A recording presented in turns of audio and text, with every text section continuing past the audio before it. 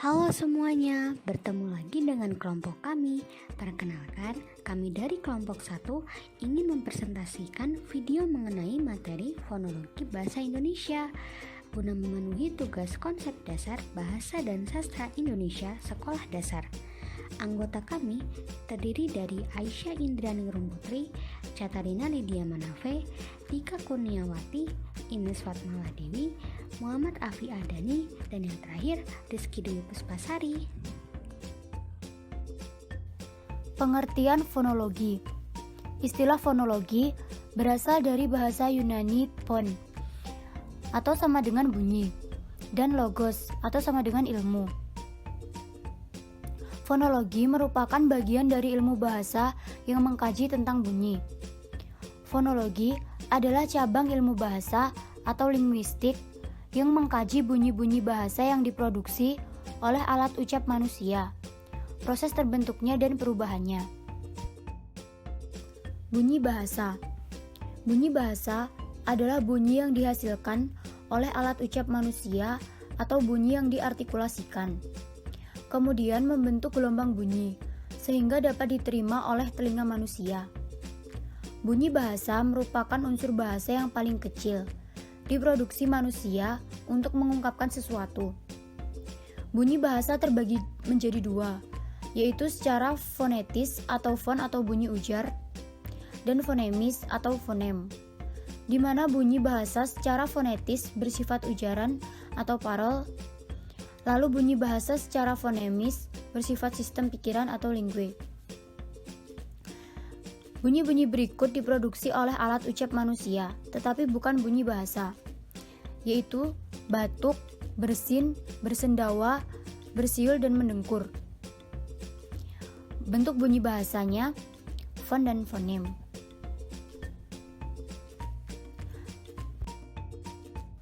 Bidang kajian fonologi dibagi menjadi dua, yaitu satu fonetik, adalah kajian tentang bunyi bahasa, pembentukannya, frekuensinya sebagai getaran udara, dan cara penerimaannya oleh telinga.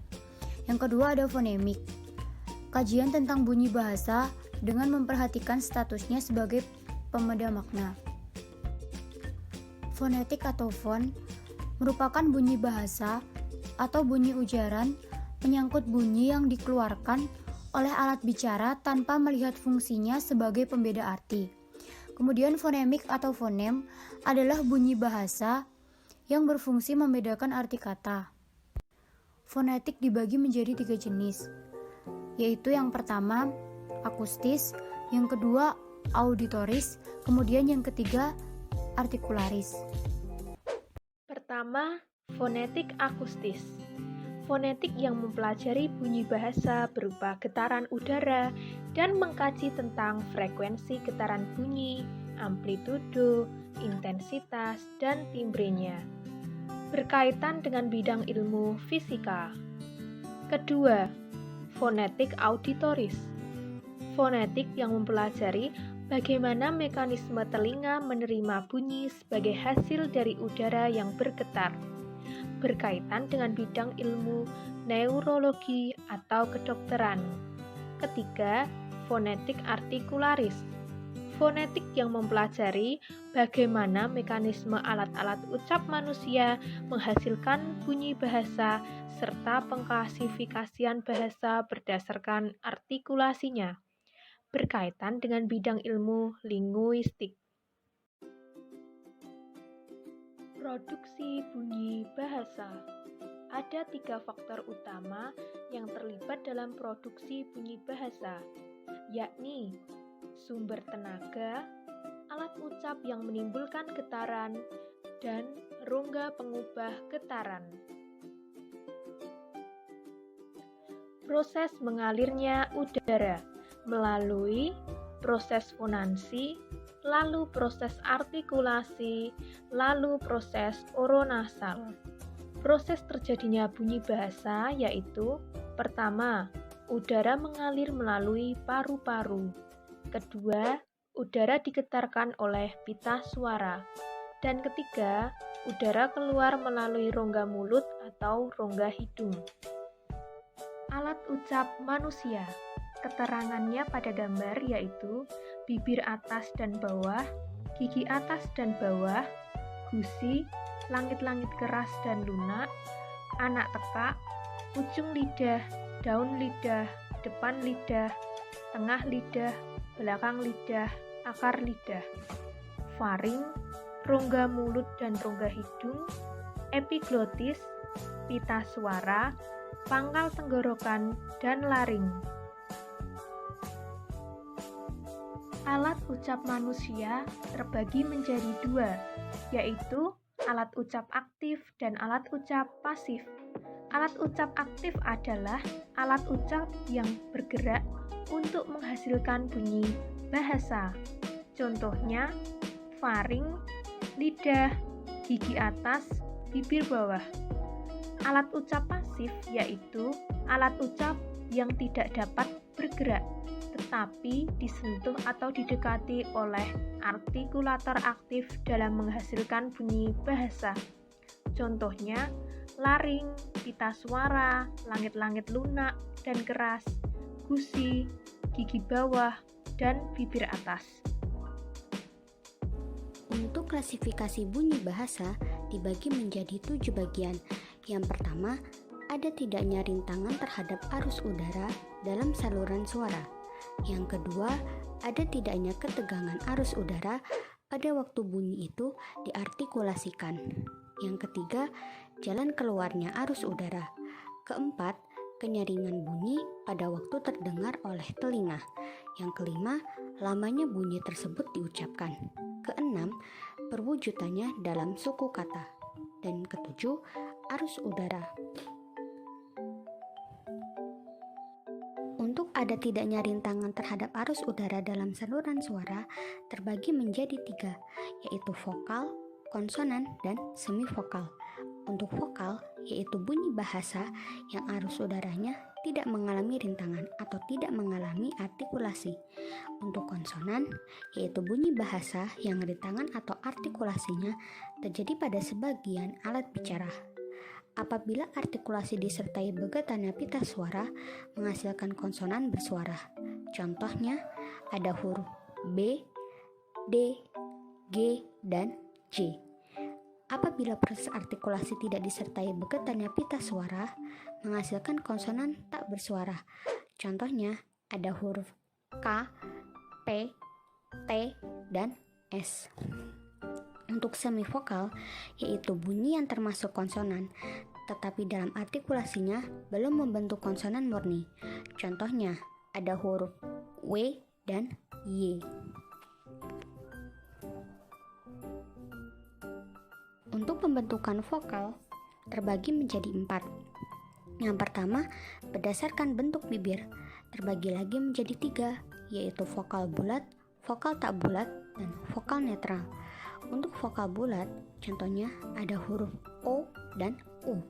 Untuk vokal tak bulat, ada huruf E, dan I.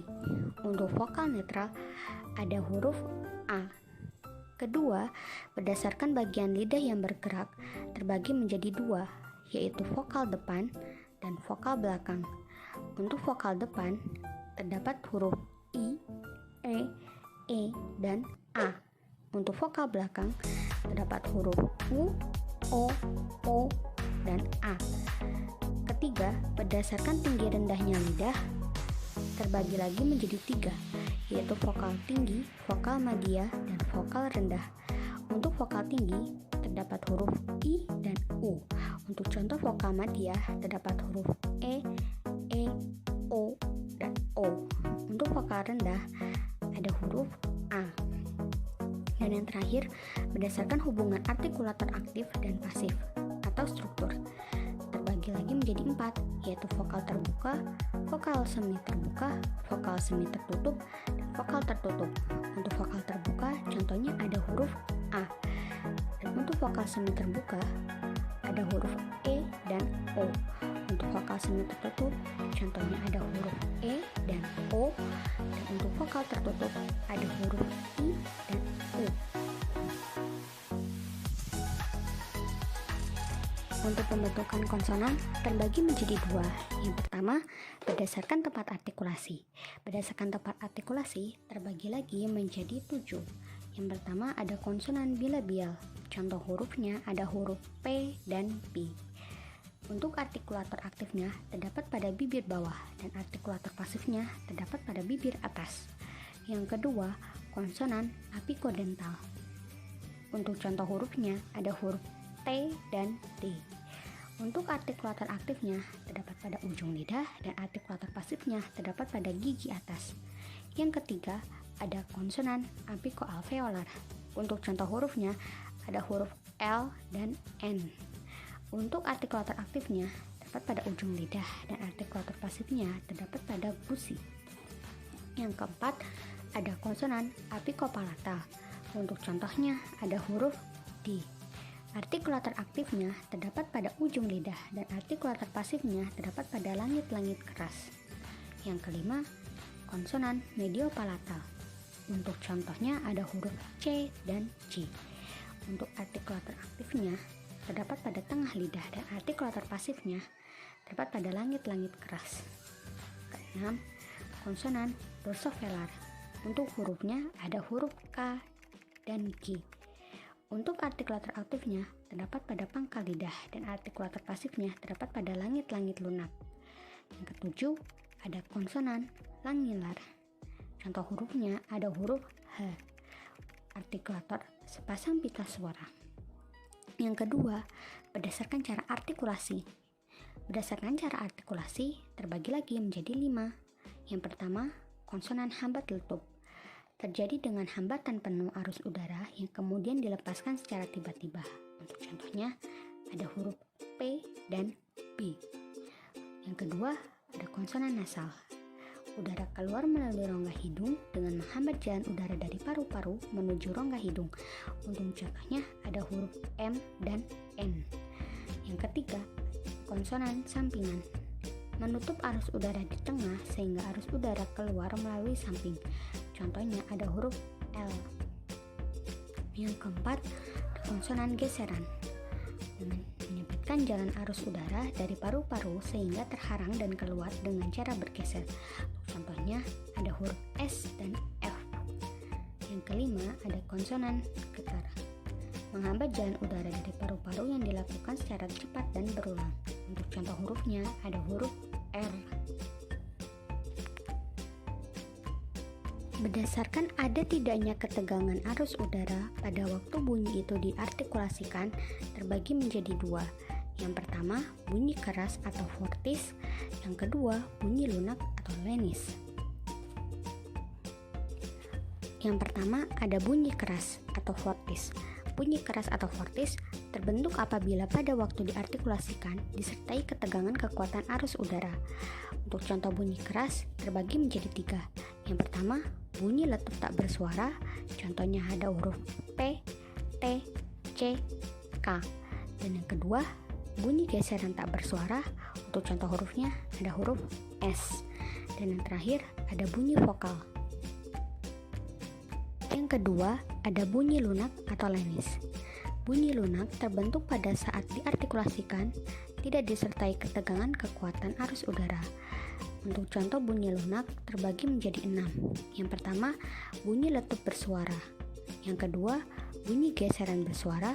Yang ketiga, bunyi nasal. Yang keempat, bunyi likuida. Yang kelima, bunyi semivokal. Yang keenam, bunyi vokal. Untuk contoh bunyi letup bersuara ada huruf B, D, C, dan G. Untuk bunyi geseran bersuara contohnya ada huruf Z. Untuk contoh bunyi nasal yaitu ada huruf M dan N. Untuk bunyi likuida ada huruf R dan I. Untuk bunyi semivokal ada huruf W dan Y. Untuk bunyi vokal ada huruf I, E, O, U. Berdasarkan jalan keluarnya arus udara terbagi menjadi 2. Yang pertama, bunyi oral dan yang kedua bunyi nasal. Untuk bunyi oral dihasilkan dengan jalan mengangkat ujung anak tekak mendekati langit-langit lunak untuk menutupi rongga hidung sehingga arus udara dari paru-paru keluar melalui mulut. Semua bunyi vokal termasuk bunyi oral.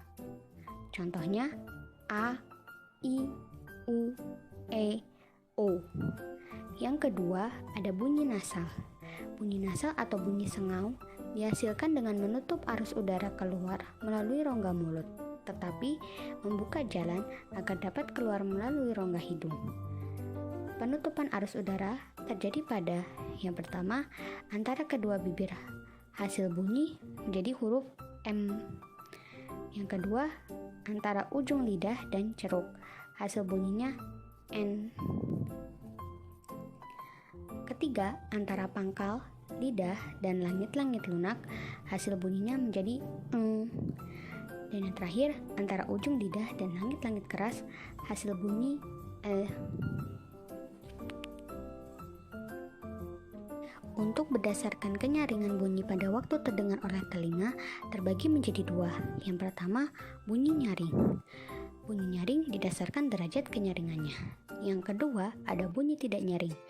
Derajat kenyaringannya itu sendiri ditentukan oleh luas sempitnya maupun besar kecilnya ruang resonansi pada bunyi itu diucapkan. Untuk catatan, semakin luas ruang resonansi saluran bicara yang dipakai pada waktu membentuk bunyi bahasa, maka semakin tinggi derajat kenyaringannya. Untuk berdasarkan lama bunyi tersebut diucapkan, terbagi menjadi dua, yaitu bunyi panjang dan bunyi pendek. Bunyi panjang didasarkan pada lamanya bunyi itu dihasilkan, dan untuk bunyi pendek didasarkan pada pendeknya bunyi. Perwujudannya dalam suku kata. 1. Bunyi tunggal atau monoftong. Bunyi tunggal adalah sebuah bunyi yang berdiri sendiri dalam satu suku kata. Semua bunyi vokal dan konsonan adalah bunyi tunggal. Contoh A, B, C, D, E, F, dan seterusnya. 2. Bunyi rangkap. Bunyi rangkap adalah dua bunyi atau lebih yang bergabung dalam satu suku kata. Bunyi rangkap dapat berupa diftong, kluster, deret vokal, dan deret konsonan. Deret vokal adalah urutan beruntun vokal yang tidak tersisip konsonan. Contohnya adalah IA, IU, EO, AI, AU, AO, AA, OA, UA, UI, UE. Deret konsonan adalah urutan dua konsonan atau lebih dalam suatu suku kata yang tidak tersisipi vokal. Contohnya adalah PT, PY, PL, PR, TT, TB, TW, TY, TM, dan seterusnya. Arus atau arah udara. 1. Bunyi agresif. Bunyi agresif adalah bunyi yang dibentuk dengan cara mengeluarkan arus udara dari dalam paru-paru menuju keluar melalui rongga mulut atau rongga hidung. Bunyi agresif dibedakan menjadi dua, antara lain adalah 1. Bunyi agresif pulmonik. Dibentuk dengan cara mengecilkan ruangan paru-paru oleh otot paru-paru, otot perut, dan rongga dada. Hampir semua bunyi bahasa Indonesia dibentuk melalui agresif pulmonik. Yang kedua, bunyi agresif glotalik. Terbentuk dengan cara merapatkan pita suara sehingga glotis dalam keadaan tertutup sama sekali. Contohnya PTKS. Bunyi-bunyi dalam bahasa Kaukasus, Indian, dan Afrika, let's forget. Bunyi ingresif. Bunyi ingresif adalah bunyi yang dibentuk dengan cara menghisap udara ke dalam paru-paru. Bunyi ingresif dibedakan menjadi dua, yaitu 1. Bunyi ingresif glotalik. Memiliki kemiripan dengan cara pembentukan bunyi agresif glotalik, hanya arus udara yang berbeda. Contohnya BDG.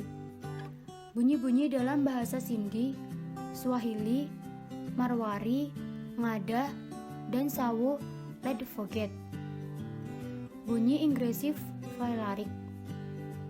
Dibentuk dengan menaikkan pangkal lidah ditempatkan pada langit-langit lunak. Contohnya bunyi-bunyi dalam bahasa Khoisa, Khosa, dan Zulu, let's forget. Fonem. Fonem adalah satuan bahasa terkecil yang bersifat fungsional. Artinya, satuan fonem memiliki fungsi untuk membedakan makna. Fonem juga unit bunyi yang bersifat distintif atau unit bunyi yang signifikan. Sedangkan alofon adalah variasi fonem yang tidak membedakan makna. Fonem bunyi segmental meliputi vokal, konsonan, diftong, dan kluster. Kemudian bunyi suprasegmental meliputi nada, tekanan, durasi, dan jeda. Bunyi segmental.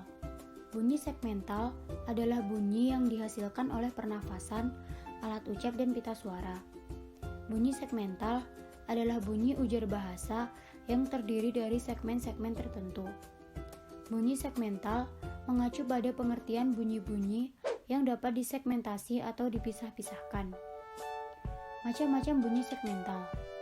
1. Vokal atau bunyi yang tidak terhambat oleh alat ucap. 2. Konsonan atau bunyi yang terhambat oleh alat ucap. Yang ketiga diftong atau 2 vokal yang dibaca satu bunyi. Dan yang keempat kluster atau 2 konsonan yang dibaca satu bunyi. Vokal. Pada bahasa Indonesia, huruf yang melambangkan vokal adalah A, E, I, O, dan U. Untuk penulisan huruf E dapat disertai dengan tanda aksen yang membedakan E yang dilafalkan dalam kata ekor dan kata enam. Misalnya, setiap hari Senin, ayah mengikuti apel bendera di kantornya. Contoh yang kedua adalah adik suka makan apel. Untuk mempermudah mengetahui pengucapan kata yang benar pada huruf E, terdapat diakritik yang dapat digunakan. Di antaranya, 1. Diakritik taling tertutup E yang dilafalkan E. Misalnya, anak-anak bermain di teras. 2. Diakritik taling terbuka E dilafalkan E. Misalnya, pertahanan militer Indonesia cukup kuat. Yang ketiga, diakritik pepet atau dilafalkan E. Misalnya, pertandingan itu berakhir seri. Huruf vokal A. Contoh pemakaian dalam kata posisi awal api, posisi tengah padi, posisi akhir lusa. Huruf vokal E. Contoh pemakaian dalam kata posisi awal enak, posisi tengah petak, posisi akhir sore. Selanjutnya bisa dibaca dalam tabel. Konsonan. Konsonan merupakan bunyi atau ujaran bahasa yang terjadi karena adanya udara yang keluar dari paru-paru mendapat hambatan. Konsonan disebut juga huruf mati. Pada bahasa Indonesia, huruf yang melambangkan konsonan terdiri dari B, C, D, F, G, H, C, K, L, M, N, P, Q, R, S, T, V, W, X, Y, dan Z. Pada huruf H dan X sering digunakan untuk nama serta keperluan emo, serta pada huruf X yang berada di posisi awal diucapkan dengan huruf S. Mengutip dari laman pedoman umum ejaan bahasa Indonesia, huruf konsonan C, H, X, dan Y tidak digunakan pada posisi akhir kata dasar bahasa Indonesia. Konsonan Y dapat diletakkan di akhir, namun dalam bentuk gabungan huruf konsonan SY, misalnya arasi. Namun pada pedoman umum ejaan bahasa Indonesia 2015, huruf K yang melambangkan bunyi hamzah dengan contoh rakyat dan bapak telah dihilangkan. Huruf konsonan B, misalnya pemakaian dalam kata posisi awal bahasa, posisi tengah sebut, posisi akhir adab. Huruf konsonan C, posisi awal cakap, posisi tengah kaca. Huruf konsonan D, posisi awal dua, posisi tengah ada, posisi akhir abad. Selanjutnya dapat dibaca dalam tabel. Diftong. Diftong adalah 2 vokal yang diucapkan sekaligus. Gabungan vokal disebut diftong apabila menghasilkan satu bunyi saja. Di dalam bahasa Indonesia terdapat 4 diftong yang dilambangkan dengan gabungan huruf vokal ai, au, ei, dan oi. Huruf diftong ai, misal posisi tengah balairung, posisi akhir pandai. Huruf diftong au, posisi awal autodidak, posisi tengah taufik, posisi akhir harimau. Huruf diftong e, posisi awal gendom, posisi tengah geyser, posisi akhir survei. Huruf diftong oi, posisi tengah boikot, posisi akhir amboy. Kluster atau gugus. Gugus atau kluster merupakan deretan konsonan yang ada pada suatu suku kata. Contoh gugus PL, GL, KL, SDL, FL, SL, PR, DR, TR, DR, KR, GR, FR, SR, PS, SW, KW, SM, SN, SP, SK, STR, SPR, SKR, dan SKL. Contoh dalam bentuk kata: pleno terdiri dari kata play dan no. Pribadi terdiri dari kata priba dan di. Ekstra terdiri dari kata x dan tra. Swadaya terdiri dari kata swa, da, dan ya. Strategi terdiri dari kata tra, te, dan di. Bunyi suprasegmental. Bunyi suprasegmental adalah sesuatu yang menyertai fonem yang bisa berupa tekanan suara atau intonation, panjang pendek atau pitch, dan getaran suara yang menunjukkan emosi tertentu.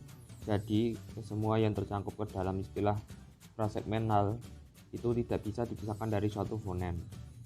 Ciri suprasegmental merupakan istilah yang digunakan dalam penandaan bahasa lisan. Bunyi suprasegmental adalah bunyi yang menyertai bunyi segmental dengan beberapa unsur yang menyertainya. Unsur-unsur tersebut sebagai berikut. Yang pertama, nada atau tinggi rendahnya bunyi. 2. Kanan atau keras lemahnya bunyi. Yang ketiga, durasi atau panjang pendek bunyi. Yang keempat, jeda atau kesenyapan. Yang pertama, nada. Dalam bahasa Indonesia, tinggi rendahnya suatu bunyi tidak fungsional membedakan makna. Itu pun pada tingkatan frase, klausa, dan kalimat. Contoh, aku membaca buku. Baca tinggi, sedang, rendah, maknanya sama. 2. Tekanan. Tekanan atau keras lemahnya bunyi diujarkan dalam tuntutan bahasa Indonesia berbeda, membedakan maksud dalam tataran kalimat atau sintaksis, tetapi dalam kata tidak membedakan makna. Contoh yang pertama, kemarin teman saya menyimpan uang di bank. Kemarin, bukan sekarang. Yang kedua, kemarin teman saya menyimpan uang di bank. Teman bukan saudara. Ketiga, kemarin teman saya menyimpan uang di bank. Teman saya bukan temanmu. Yang keempat, kemarin teman saya menyimpan uang di bank. Menyimpan bukan menukar. Kelima, kemarin teman saya menyimpan uang di bank. Uang bukan barang. Yang ketiga, durasi. Panjang pendek ucapan atau durasi dalam bahasa Indonesia tidak fungsional dalam tataran kata, tetapi fungsi dalam kalimat. Kata jatuh, jatuh, dan jatuh maknanya sama. Kalimat awas jatuh, awas jatuh. Pada silab terakhir ada tekanan atau larangan. Saya sedih sekali diucapkan saya sedih sekali. Yang keempat, jeda. Jeda atau perhentian atau kesenyapan bunyi yang terjadi baik antar kalimat, antar frase, antar morfem, antar silaba, maupun antar fonem, bisa merubah makna kalimat. Contoh yang pertama, ia membeli buku sejarah baru. Kedua, ia membeli buku sejarah baru. Pada kalimat 1, yang baru adalah sejarahnya, sedangkan kalimat 2 yang baru adalah bukunya. Gejala fonologi bahasa Indonesia. Gejala fonologi bahasa Indonesia. 1. Penambahan fonem. Penambahan fonem pada suatu kata baik di awal protesis, tengah epentesis, maupun di akhir paragraf kata. Penambahan ini dilakukan untuk kelancaran ucapan. Contohnya, mas menjadi emas, kapak menjadi kampak, sila menjadi silah pada kata dipersilahkan. Yang kedua, penghilangan fonem. Penghilangan fonem adalah hilangnya bunyi atau fonem padang awal arafesis, tengah sinkop, dan akhir apokop sebuah kata tanpa mengubah makna. Penghilangan ini biasanya berupa pemendekan kata. Contohnya, memang menjadi emang, saya menjadi saya, minimum menjadi minim, dan sebagainya. 3. Perubahan fonem. Perubahan fonem adalah perubahannya bunyi atau fonem pada sebuah kata agar kata menjadi dengar dengan jelas atau untuk tujuan tertentu. Contohnya, ajar menjadi belajar. Fonem R pada imbuhan ber diubah menjadi L. 4. Kontraksi. Kontraksi adalah penyingkatan, penyusunan, atau penciuman fonem dalam kata atau frase tanpa mengubah makna kata atau frase tersebut. Contohnya, tidak ada menjadi tiada, bagai itu menjadi begitu, dan sebagainya. 5. Analogi. Analogi adalah pembentukan suatu kata baru berdasarkan suatu contoh yang sudah ada. Contohnya fajar dari kata fajrun dari bahasa Arab. Sekian video presentasi materi fonologi bahasa Indonesia dari kelompok kami. Kurang dan lebihnya mohon dimaafkan ya. Sampai jumpa.